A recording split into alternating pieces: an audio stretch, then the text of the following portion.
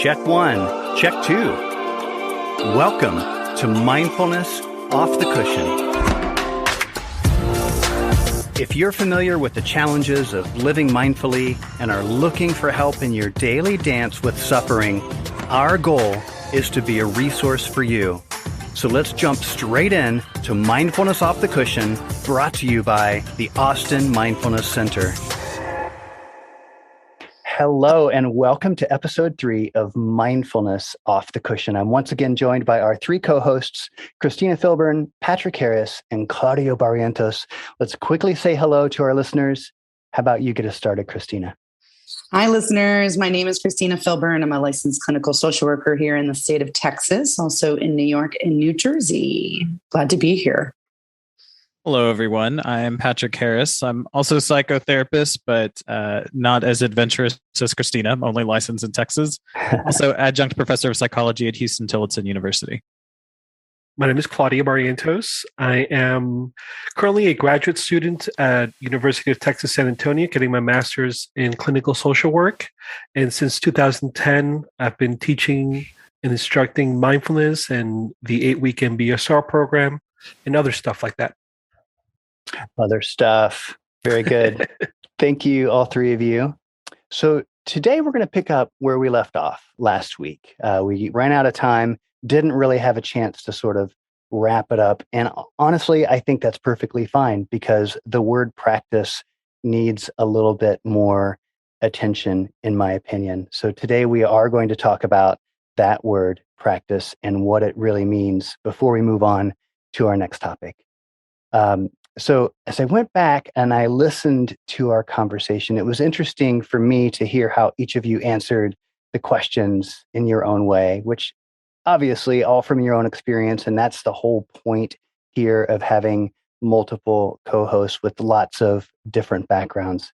But what I thought I'd like to do today to get us started, do something a little bit different and do a pop quiz. A pop quiz on a podcast. Ooh. Ooh. But check the homework first. So the goal here is to answer the question as concisely as possible. We're not going to take score, but if we did, you'd get more points for a shorter answer. We have about 5 questions. We'll go around the room. Christina, Patrick, Claudio. Christina, Patrick, Claudio. Let's see if the 3 of you agree on everything. Question 1. Practice is fill in the blank. Practice is creating capacity for love and attachment. Can I go last? No. Practice. I was going to go in a different direction. My gut was practice is crucial. Okay. Also very true. I'm going to go with something that I heard, got inspired by Mr. Joseph Goldstein. And he said something like, practice is becoming aware of the present and not clinging to it. Beautiful. Question number 2. Practice is important because, or crucial because. It creates balance in our mind, body, and spirit and helps optimize our daily quality of life. Christina's coming in with those big SAT words. Which one? So I can break it down for myself. Practice is crucial because. That's a thinker. Because we're creatures of habit. Love that. Practice is crucial because it provides us a way to understand what it means to be human. Framework for that. Yeah. Great. Now we're going to make these others, I think, a little bit easier. They're true, false, or yes, no. Let's keep going around the room. Mindfulness is meditation. Christina? What is true? Lance? That's not fair. Is that your answer? That can't be your answer. It does not. It's not valid. Invalid. That's a hard true or false question. So mindfulness is, can I have a clarification? Mindfulness is only meditation? How about equals is equal to meditation? What is false, Lance? Okay, thank you. Is that your answer? What is false? Yes, it's false. Thank you. I think it's funny that you're trying to get three critical thinkers to answer concisely, because we it's all so had hard. follow-up questions. Because like the structure of the question is confusing. So you're saying, is the question mindfulness and meditation are synonyms? Is that what you're asking? Yes. Okay. Or limited to? Because that's a different question. That is a different question. I think cinnamon. Synonym. I think it's a synonym, right? That's what you're trying to ask right there, Lance? Yeah, Lance, be more specific. How about this question? Are you guys being difficult? Answer the damn question. I'm going to say, for me, false. Claudio? So I'm confused now. But I understood the question. So is mindfulness the same as meditation? That's another way of asking the question. Yes. That's false, because not all meditation. Oh, okay, I gotta say false. Let's go a little bit deeper after this next question. Okay. And it's essentially the same question. Meditation is the same as mindfulness. Meditation equals mindfulness. Meditation is a synonym with mindfulness. If your answer is different, you're totally in trouble. Yeah, what is false? I just want to point out that before we hit record, Lance sat us down and said, I really need y'all to be concise with these answers. And we are doing the absolute opposite of what he asked us to do. Yes, I'm going to go with false as well. False? All right. Why? Let's go backwards this time, Claudio. Tell me your why. Patrick, why? Christina, why? So I guess let me jump in. I'm sorry for interrupting you, Claudio. In last week's episode, Patrick, and I can quote you, all mindfulness is meditation. All meditation is mindfulness. True story. Claudio, why is one or both of those statements incorrect? In your opinion? My humble opinion, I believe that all meditations are not mindfulness. Personally, I've been exposed to other forms of meditation practice, such as Kundalini meditation, or I've been exposed to transcendental meditation. I've been exposed to chakra meditation. I've been exposed to sound bathing meditation. For 6 years plus, I attended Kadampa Meditation Center and learned about Tibetan meditation. Okay. And I don't necessarily think that all those different meditation practices were practicing mindfulness. Okay, let's stop there. Yeah, and I just want to say this. Okay. They have a beautiful approach and a value, and I'm not here to provide a hierarchy. Right. But as a mindfulness instructor, I feel that it's important to teach with precision as to what mindfulness is and what it isn't. That's interesting, because in my head, and I don't know if I just misspoke last week, if I was trying to say, to me, it's like the whales and dolphins thing. Like all dolphins are whales, but not all whales are dolphins. Like I think that it's interesting because I think I feel a little bit opposite of Claudio in that all meditation is mindfulness, but not necessarily all mindfulness is meditation. But there are Buddhist texts that talks about mindfulness being its own form of meditation. So you're always in a form of meditation. But then there's that role of like, what role does intention play with an activity or a behavior? So if you're intending to meditate versus just living mindfully, that's interesting. Yeah. I also just like contradicting myself because it just makes life so much more interesting. How we understand ourselves and others better. Yeah. My answer was going to be very synonymous with Patrick. It's more of like a square is a rectangle, but a rectangle is not a square. Right. I do believe similarly that there are mindfulness meditations. Not all meditations are mindful. Generally speaking, mindfulness is filling the mind, but doing it in a sort of safe way or creating a safe place to do it. Whereas meditation, we almost want to clear our mind. Yeah. So I do not think that they equal each other, but they do have a significant amount of overlap if we were doing a Venn diagram. Thank you all for not clarifying that for me at all. I appreciate it. Glad we can help. All right. My next question is not even appropriate now that you've totally confused me. Let me tell you what the question was going to be, and then I'll allow you to reword the question completely. The question was, are we practicing, since we're here to talk about practicing, are we practicing when we are meditating?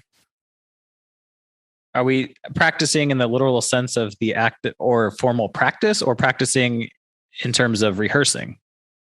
The act, the most literal definition of the word. Well, there's two definitions. That's the thing. There is. There's the noun and the verb. Yeah. Right? There's the act of practice, and then there's practicing. Yeah, verb. Are we practicing mindfulness when we are on the cushion and engaged in formal meditation?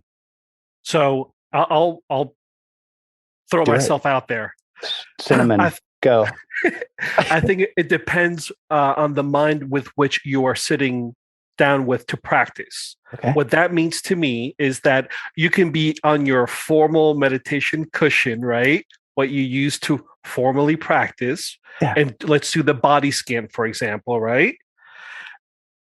If you are sitting there and the whole time that you are sitting, you're thinking about a hot dog, I don't necessarily think that you are practicing mindfulness. So the answer is, it depends on the mind with which you're practicing. So in that case, you're not practicing. You're practicing sitting there and thinking. Unless we actually have a hot dog with us on the cushion and we're eating mindfully, and the hot dog is the object of our attention. Yeah. But let's take it a step further with that. So let's say you are thinking about a hot dog, but hot dogs are a traumatic trigger from something from childhood, and you're practicing responding to the hot dog rather than reacting to it. So you're being beneficial. This seems obscure, but you're trying to change your response to this trigger. And that's you actually using the thought of the hot dog in a mindful way. So I would say in that sense, absolutely. What I said earlier is, if you're sitting there and just thinking about the hot dog and why, and adding the ketchup and the relish, and I love a hot dog, and why don't they make all different kinds of hot dogs? Well, there's chicken hot dogs and there's pork. So that's different. The scenario that you created, I would say that's a rich use of the practice.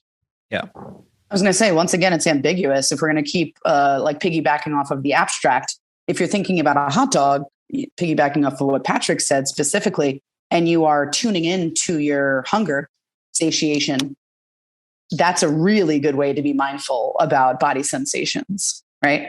I also would bring up conscious versus unconscious, where there are different parts of the brain that can process things physiologically versus cognitively and everything in between. So if I am in a warm Epsom salt bath with incense going, and those are satiating some of my senses, I can still also be thinking about a hot dog while I'm literally bathing my other senses in other things that are mindful.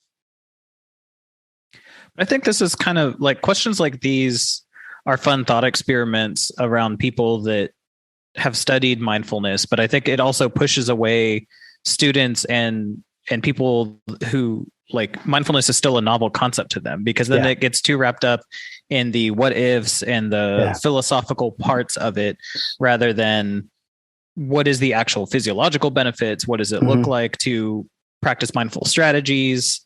Because it's not all of this. It's not all these like abstract ideas and like, is this technically mindfulness? Is this not? Like, I feel like these questions are kind of disruptive to the practice, like disruptive to the intention. Yep. It's like, you have these little like Zen excerpts where it's like a student and a master are walking, and the master asks the student, is that rock heavy? And the student says yes. And he's like, not if you don't pick it up. It's like, okay, that's cool, but that's going to confuse somebody that just wants to learn the basic like tenets of mindfulness and how to begin a mindfulness practice. Yeah. Or if the student said, what is heavy? Right. So is Christina the student? Yeah. Role reversal, right? I was going to say, I would agree too, just in regards to the judgment, right? The subjectiveness of what mindfulness is not or not, in regards to, I don't think there's any quote unquote right or wrong answer or any rigidity in it, right? If you are thinking about the hot dog, you can be redirected. If you are listening to certain sensations, you can be redirected. I don't think there's any right or wrong answer. Yeah. Beautiful. So thank you for entertaining me. Don't know if we'll ever do a pop quiz again, but it was an interesting exercise. Ultimately, what I was trying to do is to get one of you guys to disagree with somebody else. And you're so non-judging and accepting, it may never happen. Well, I mean, even a disagreement is going to be a difference in our perception of the reality or our understanding of the practice. And that's not going to necessarily be like a quantitative, like you are right when I am wrong, or vice versa. Like it's going to be like, no, this is how I think about it. And chances are like our answers would fluctuate. If we did this exact same pop quiz every 2 weeks, I guarantee you our answers would change with what's going on in our life and what new blog or book that we just read or article that we perused. Like that's the interesting part, is that a lot of our perception is just guided by the lens of our own experience. If we're having a good week, we're going to be more optimistic. If we're having a bad week, we're going to be unconsciously pessimistic. So I agree. I don't think there's any inferior or superior sort of complexity. Even if someone sort of, again, disagreed, quote unquote, I would practice acceptance, towards what works for other people, so long as they're not hurting themselves or others. Sounds good. Why is that so important? Why is that acceptance and the non-judging such an important ingredient or component of mindfulness? We'll not talk about meditation specifically, but just mindfulness in our daily living, and potentially even on the cushion if you wanted to go there. Why is acceptance so important? Well, not only is it part of a rigid like cognitive behavioral therapy treatment according to like acceptance and commitment therapy, which I often do with my clients. I think I've said this before. If someone may be a little bit more shame-based, my experience working with trauma survivors have been that if we're doing this sort of general CBT model that doesn't work for many, it seems a little scrutinizing when we're thinking about what they're thinking, how they're behaving, and the emotions that they elicit. For some, that process can be very critical. And so therefore acceptance, in that process, it sort of shuts them down to growth. So versus the acceptance model, generally speaking, I think it invites people to come out of their comfort zone, to accept things that they have not accepted maybe in the past. And I think that only opens space for vulnerability, forgiveness, growth, and therefore love for oneself and others. That's an interesting question. Because, I mean, we practice acceptance in some areas of our life and not others, right? Like we understand that we have to pay taxes. So we get less fussy when we see our paychecks and there's already those tax deductions. And we also understand that if you break the law, you're either going to get a ticket or you're going to go to jail. Like we understand that that's just how the world works. But if we're caught speeding and we get a ticket and now we have this $100 bill that we have to pay, we accept that taxes are inevitable, and we accept the consequences of speeding, but then we're still irked by it. Like we still get an emotional reaction versus the degrees of acceptance that we would have of, okay, this is more common than this. I don't really have a frame of reference. I don't have like a practice for this. So I'm going to have more of an emotional reaction rather than a response as I would with like the taxes. Like people don't open up their paycheck and just automatically, well, some probably do, but automatically get angry because it's predictable. You're used to it. You're exposed to it more regularly versus this other thing. If we get better at just general acceptance and learning to let it go, then it's easier to have a response rather than a reaction. You can, if you look at the other side of that coin, which is aversion, the opposite of acceptance would be aversion. One thing that the person that is not practicing mindfulness will experience a lot of in their life is a lot of aversion. And I think that there is a physiological implications of practicing a lot of aversion, pushing away, rejecting, denying, hatred, whatever manifestation you want to speak about it. But the opposite of that, or the antidote of that, is some level of acceptance and understanding that if I move into the space of acceptance, then I automatically let go that other state of aversion. So I think that it's wise for us to become familiar with the state of both and to see the physiological effects of what it feels when one practices acceptance, just like what it feels like when one practices aversion. Yeah, I think there could always be like almost like a whole book, if not many, many books on this, or even a thesis. But when you're thinking about aversion and synonymous terms, the practice of rejection, and something that sometimes people will, or what they used to call clinically resistant, quote unquote, which to me, a more compassionate way of saying that, right, is someone who's maybe not able or willing, but in a very compassionate way, not ready. And we don't want to sort of force that on anyone. And sometimes people will unconsciously be not as motivated because rejection has been so part of their life in a traumatic way that one, they cannot differentiate between others' rejection versus their own. And then the other piece of that is trying to somehow unconsciously retaliate, or thinking that that will provide equity in the world, if that makes sense. And I think that's one version of it. And it is a sort of generalization. I don't think that's super common, but I do think it's possible. And I've definitely seen it in clients. This podcast is sponsored by the Austin Mindfulness Center, the premier mental health counseling center in Texas for mindfulness-based therapy, education, and coaching. If you're an individual or couple struggling with stress, anxiety, depression, relationship issues, or you're just looking to better equip yourself to gracefully navigate these turbulent times, you can visit us online at austinmindfulness.org and request an appointment today. Now let's get back to our podcast. I like this idea of helping combat like depression with gratitude. And you're seeing that a lot more and more recently. And I remember when I first was reading about gratitude, and it's like, yeah, that's kind of cool. That kind of seems like a luxury to be grateful. And that was with like a very young, naive mind.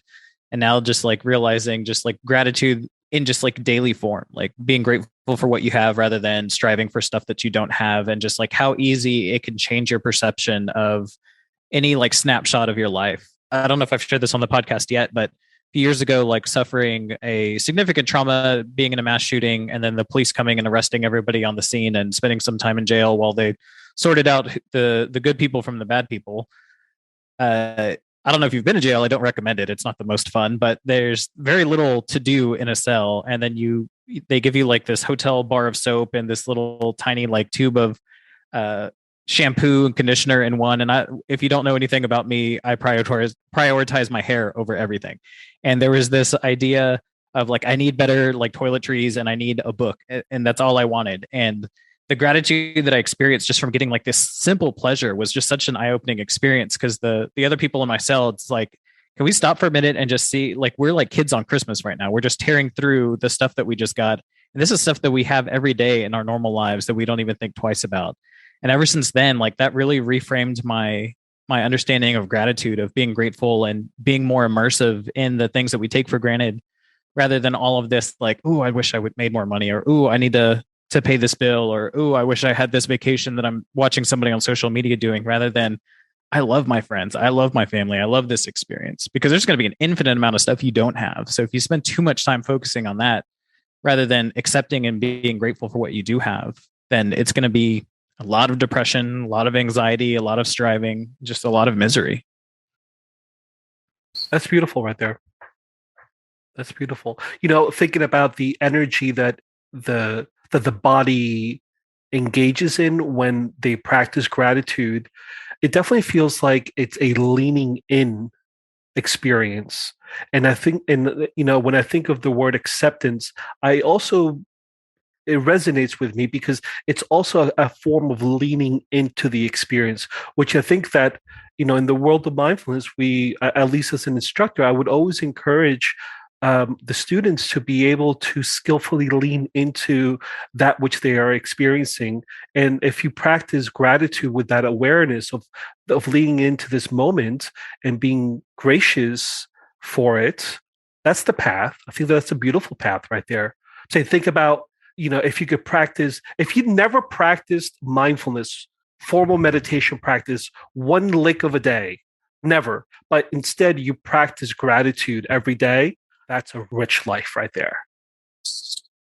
Well, I think you're mentioning a big point, right? Which leaning in offers a lot of vulnerability. And I think the difference between some practitioners versus non-practitioners is that vulnerability, and in the most compassionate terms, to sort of break down the unwillingness or inability to become more vulnerable, is what I commonly ask my clients and ask myself on a daily basis. What is an emotion that I am having the hardest time with today? And I think being vulnerable is one, asking that question. And then also by the act of being vulnerable and leaning into something you've never known, you talk about fears. You talk about shame of not doing it right, quote unquote, or being scared of new things, or embarrassment or impatience related to not being able to master something as quickly as possible. So I agree with the sort of leaning in, but wanting to just sort of mention the big step there that I see in most people is the willingness to be vulnerable. I think that there's one thing that the listeners could take away from is just what Christina nailed on right now, which is this sense of, no, honestly, and I'm not just blowing smoke here, I think that the vulnerability aspect of leaning in and acceptance is huge. And I think that as a human being, when I answered, why is the practice crucial?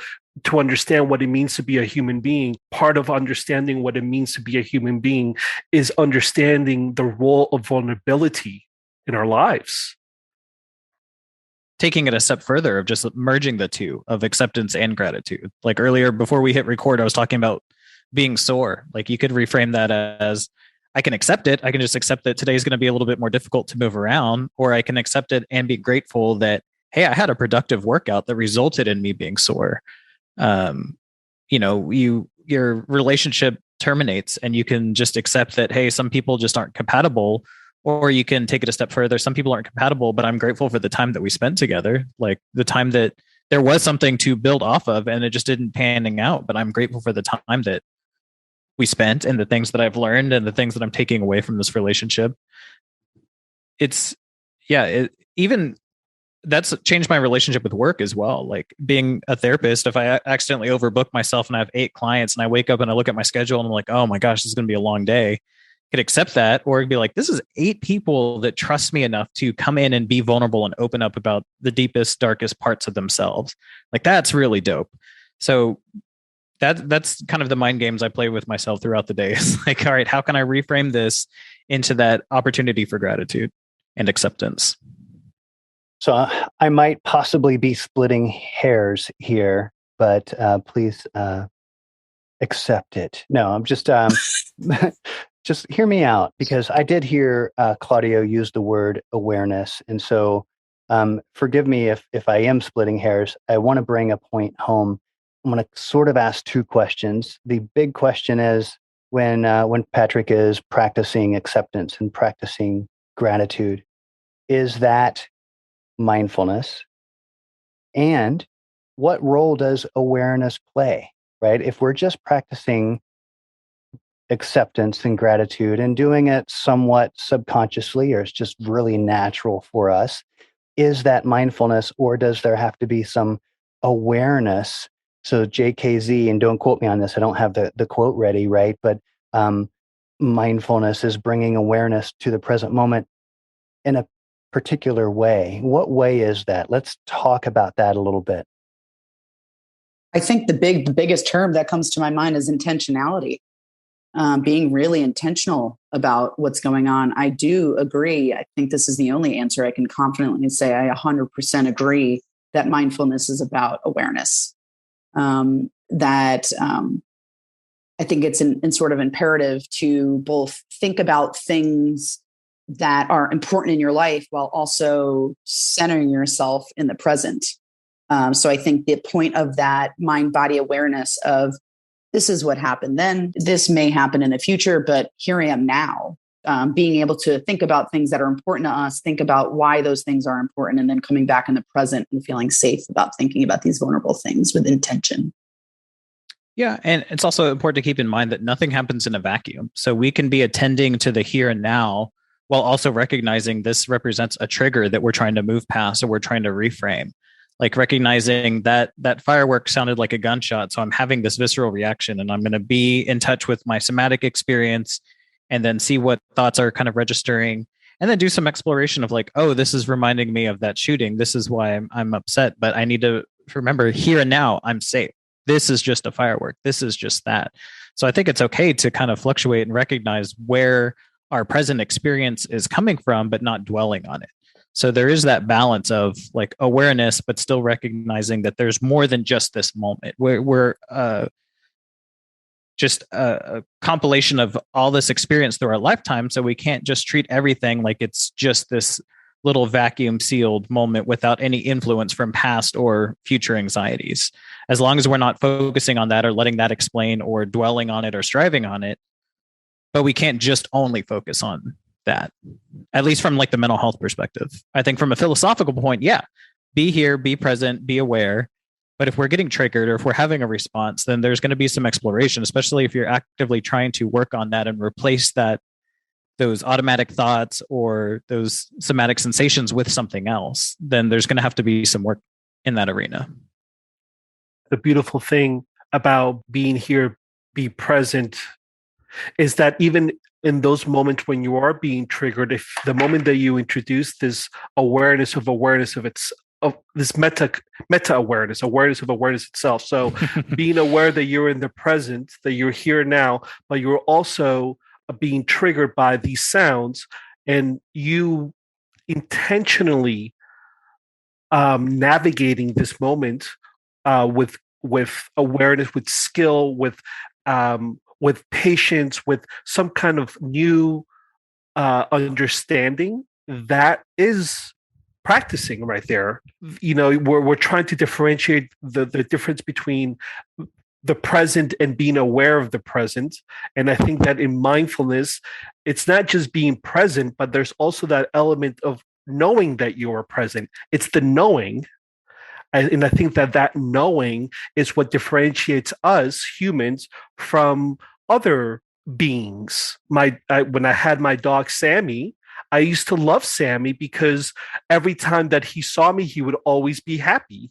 And the way, you know, and whenever you fed him food, he would always go to it and eat it very intentionally. But I don't necessarily, and I would say that he was present for that experience of eating, but I don't necessarily believe that he was being mindful of that moment, because I think that he was just eating out of beautiful habit that it is to eat. But I don't think that there was that meta awareness of knowing, hey, this is what it feels like to be a dog and eat. I think that's what makes us human. And to piggyback off of that too, in regards to a trigger, kind of when we're thinking about it compassionately versus feeling the experience or the negative experience of experiencing that trigger in and of itself, one could say that once we get triggered by something of the past, while we're in the present moment, it's a new opportunity to cope.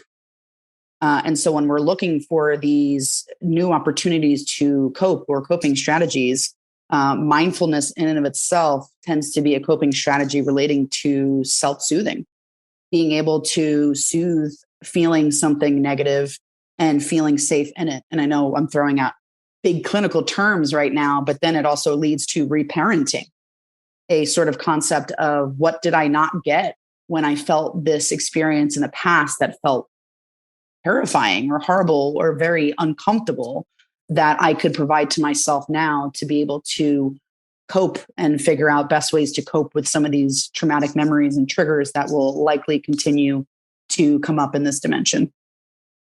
And that's what's hard, again, of like these questions where it's coming down to like splitting hairs, because let's say you sit down to a meal and you're enjoying this lovely meal and it starts to bring you joy, and you're trying to be moment aware of like the moment to moment awareness and the sensations of eating and everything. But then you realize that it's bringing you joy because it's triggering a memory of when you had the same dish in another country on a vacation. And then so it's the nostalgia factor that's bringing you joy. So then, I mean, if we're going to go over this with a fine tooth comb, is it no longer mindfully eating because now you're basking in the sensation and happiness that you just had this like warm memory triggered? Or are you still practicing mindfulness because you're still being aware of that's where the happiness is coming from, but my focus is on the happiness? I think this is what's off-putting to new people to mindfulness, which is why like these conversations are difficult to have, because it's just going to confuse people. It's like, oh, am I practicing mindfulness? Oh, I just thought of this old memory. Now I'm not mindful anymore. Let me bring it back. Okay, now I'm just eating. But now that I'm aware of not being aware, then now I'm still not practicing mindfulness. Now I'm too anxious to get back into the focus. Like, people are going to put too much pressure on themselves to say, am I being mindful? Am I doing this right? And then they fall down this striving rabbit hole, and then it just pushes them away from mindfulness altogether. Yeah. I mean, I think the key point of mindfulness, right, is the lack of judgment throughout this process and practice. Yeah. So let's do this then. Let's talk about what are the different ways, or some different ways, that we can practice mindfulness off the cushion, right? We're talking about practicing mindfulness throughout the day, potentially dropping in, centering, grounding. Let's go around the room and let's bring up some of the more basic, fundamental ways to practice mindfulness off the cushion. I'll start with just a simple little thing that I did this morning going to the gas station. I'm walking to the gas station. As I'm walking and entering the door to the gas station, I'm thinking, my mind is active. A person in front of me opens the door and holds the door open for me. I'm walking into the entrance, and the moment that I recognize that this person is opening the door for me, I stop. I bring awareness to this act of gratitude of this person. I let go of the overactive thinking mind in that moment.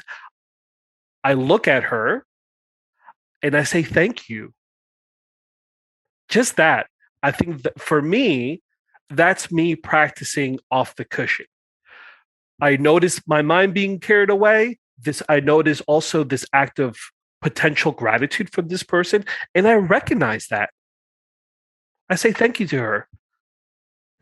I'm saying it's as simple as that right there. Very good. I can say, generally speaking, for me, a sensory meditative check-in, where we're just kind of checking into the five senses in the moment. It's a tool you can bring with you anywhere you are. I often do it. I did it at the airport last weekend. I did it this morning as I was entering sessions with some of my clients, and just kind of going through the five senses. And there is a lot of science, neuroscience, about the connection of when you are engaging in that one individual sense, how in the moment you are, and kind of enjoying and juicing the joy out of that one sensory experience in the moment. I think it's different. Like if you're asking how I help people work towards a mindfulness off the cushion practice, or introduce more mindfulness skills or mindful living, I typically start by just a week of awareness. Like, it's picking a struggle. So if they're harsh on themselves and they're overly critical, then we're going to work on judgments. If they're too disconnected from their body and they keep having anxiety attacks because they're not paying attention to the highs and lows of the day, only the extremes of the emotions of really sad or really happy or really mad or whatever, then it's going to be more like somatic awareness. Typically, I explain it either, if they're nerdy like me, then I'll use a Justice League reference. And if they're not, then I'll use an alligator reference. But there's a scene in Justice League where they're going in and there's a bunch of bad demons running around, and the Flash is young and hasn't been in a battle like this, and goes to Batman like, what am I supposed to do? There's too many of them. And Batman's like, just save one person. Just focus on one person. That's my nerdy example. The boat one is something that I stole from a client. That imagine you're in a boat surrounded by alligators. You can't fight off 10 alligators at once. You got to fight off the one closest to the boat. So what is the one closest to the boat? If it's judgment, then it's, hey, don't even make any changes this week. Just try to be aware of how many judgments you make in a day. And we can even start small. How many self-judgments do you make in a day? Don't change it. Don't criticize. Don't feel bad. but just be aware of it. Okay, now we're going to challenge that. How do we reframe these judgments? Or how do we practice gratitude instead of judgments, or acceptance instead of judgment? For me personally, my off the cushion is more of just an awareness of self, because my schedule is just go, go, go. It's a lot of connection and being there and holding space for other people, that there's not a lot of time carved out in the day for me to do a check-in, and it's too distracting to kind of reflect inward while I'm in front of a client or teaching a class. So building in intentional space to kind of ground myself, re-alert myself, be back into what am I physically feeling? What am I emotionally feeling? Where's my attention right now? How important is the mind-body connection when we talk about things like centering or grounding? What's there? I know it's probably super important. And Patrick, I don't know if you know anyone that knows anything about mind-body connection. Maybe you could get us started. Yeah. So my PhD work is in mind-body medicine, and the thing that I love most about it that resonated with me is I'm seeing this weird trend. Maybe it's because we're in Austin and it's now becoming like a tech hub, but I'm seeing a lot of people. Well, one, our bodies have a very sophisticated system to alert us of everything. When we're thirsty, when there's a bug crawling on us, when we're cold, when we're hot. But the more advanced our technology is, and the more we become dependent on knowledge and wisdom and connection and productivity, the less important these physiological warning signs become. So, this is a means to an end. This is how our paycheck, this is our livelihood. We need to focus more on work and focus less on ourselves. So that's why we skip meals and we go the whole day and we're like, ooh, I haven't drank any water. That's why there's a whole market of like little reminders to tell you to get up and to drink water and to eat food and all this stuff, because we're furthering the disconnect between our mind and body. And going back to like a nerdy reference, I gave this talk for the Texas Network of Youth Providers recently too, we're seeing this trend in comic books too. So back in the day when comic books first came out, a lot of superhero strengths were physical strengths, and it was reflective of society. Like a lot of work was done in the warehouse and was manual labor. Now we're kind of at this point of evolution where we're a lot more technology based. So we're a lot more focused, and you're seeing comic book superheroes relying more on their cognitive abilities and their mental prowess. And you're starting to see like mental illness representation in comic books, because now that's our livelihood, is being able to sit in front of a computer and crunch numbers and do all this stuff. So we're disconnecting with all of these sophisticated warning signs that our body's trying to tell us that something's not right. And that's only going to increase anxiety, because when we're looking at the causes of anxiety, we're looking at the oldest parts of our brain to the youngest parts of our brain, the brain stem versus kind of the top part where all of our logical thinkings and emotions. And when we talk about grounding and that mind-body connection, that's us reminding our bodies that there's no threat. There's no cheetah trying to kill us. There's nothing in this room that's going to harm us, but our bodies don't know the difference of something that's trying to kill us and just a perceived threat of like a deadline down the road. Your body's going to react the same. Here's a bunch of cortisol. Here's that sympathetic nervous system in case you want to fight or run away or freeze. So the more that we can deepen that connection through things like mindfulness and yoga and Tai Chi, where we're combining movement and breath and intentional connection, the more that we can bridge that mind-body connection and alleviate a lot of this anxiety and dread. To answer your question too, I think it's sort of very advantageous or beneficial to be integrative with mind-body, and even add spiritual connection for those who enjoy or find benefit from spirituality. That I think, and also just to be mindful about where we generally operate at certain times. On some days, if we're more mind-based, if some days we're more body-based, and I guess to also come up with specific pragmatic coping strategies to be able to further this integration. I think it would be an injustice to our human experience if we were to only focus on the mind or only focus on the body or only focus on the spirit. I think all three always comprehensively align with our wholeness. And I think they always comprehensively align with our internal sense of our internal belief system, as well as our values. And most of us really operate under how our internal belief system and our values. So becoming aware of that and how to integrate that in the mind body spiritual optional connection. Claudio, I'm really interested in your take on this because you have a very different background coming to this podcast as 12 years being a mindfulness instructor. What is the importance of the mind-body connection? What role does it play in the process of developing mindfulness? I think the short answer is that the mind and body is the only thing that we have to work with. So in some ways, this is what it means to be a human, is to be both mind and body. And when I say the mind, I think that it's important to be able to differentiate between the mind and the brain. I think that Christina is also introducing an important aspect, which is the spirit.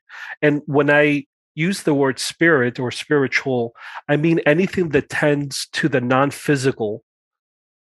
That is the spirit within my context, within the way that I talk about the spirit. So anything that, whenever we are practicing something spiritual, it means that we're practicing something that tends to the non-physical dimension of what it means to be a human. So mind is part of that. I think that mind is immaterial in that regard. So going back to that statement that I made, that the mind and body is the only two things that we have to work with. It's the only thing that we have to work with. And I think that in this practice of ours, what we're trying to explore is just a better understanding of how the mind functions as the mind, how the body functions as the body, how mind can be seen in body, and how body can be seen in mind.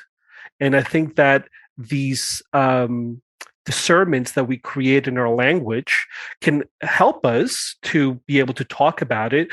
But I think that in our practice, in our exploration of mindfulness, we can begin to see the integration of the two.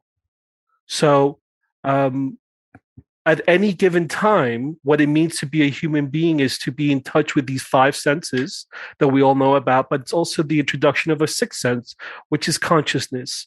So what it means to be a human being is to be aware of these five senses and the sixth sense, consciousness. So at any given time, what it means to be human is being in contact with one of those six senses. So I think that those six senses are part of the mind-body experience. And I think that it would behoove us to not practice something that will enable us to understand it more profoundly, more clearly, with more wisdom. In opposition, or a bit of a reciprocal to Claudio, besides my sort of professional experience, I was a Division I athlete in undergraduate college. So I was more body-based at that time and not as focused on my mind. It wasn't something that was sort of integrated into Division I sports. It was your body, and get your body used to it and get your muscles used to it. And still, and so when going on to graduate school, I was a lot more concentrated on the mind, which presented all sorts of obstacles for only concentrating on my body for such a long time. And I could say just now in my 30s, I'm integrating the spirit part of it, or the conscious sixth sense that Claudio was referring to. And I think at different time, there seemed to be different chapters for me personally when there was one focus. And the integration of all of them, I think, is the most fruitful for me personally. And I would say that is also most fruitful for many others, depending on what they have available. I second that notion with Christina. 4 years of Division I soccer out in California, and my whole adolescence growing up was all about the body. I was a jock, and that's the way that I thought about myself, as a jock. I was, mediocre student. My parents never really even, encouraged me to do really well in school. It was just soccer. I think that one of the things that I've been able to do now with mindfulness and soccer is being able to introduce these other elements of emotional regulation and the importance of that in being an athlete. I think that there's a wonderful field of that opening up in sports psychology and so forth. So I think that that's that's really important right there, to teach our children that other dimensions to what it means to be human. Yeah. I think a lot of like historical like parenting books and child rearing books have been focused on like the behavioral strategies of how to like condition your child and how to punish your child, and how, you know, we're moving away from spanking, and how do we still like impose consequences to, you know, negative behaviors or whatnot. But we're finally seeing more like social emotional responses of like, here's how you self-regulate. Like, I love Dan Siegel's the Whole Brain Child book is just like phenomenal, and it's very user friendly of here's how to talk to a child during a meltdown, rather than like, oh, put them in timeout, as long as it's 1 minute per age per year that they're old, then you're good. And it's like, no, they need to learn how to get past these big emotions, otherwise they're never going to acquire that skill. Just for the sake of time, let's go ahead and wrap up here. I do maybe want to start a tradition of takeaways for those listeners who have listened to the entire podcast and they're waiting for that little nibble, that little nugget at the end. I'll start. And that is, it's just something that I think Claudio said. He didn't say it succinctly, but here's exactly what I took away from it, which is bringing awareness to the body is one form of mindfulness, or one way to practice mindfulness. I would say aligned with the sort of Cinderella complex, or the idea of just keep going, just keep trying, practice. And kind of similar to the Cinderella effect of Cinderella not being invited to the ball, or feeling like she didn't deserve to be invited to the ball, or, you know, and we all know the end of that story. She went anyway.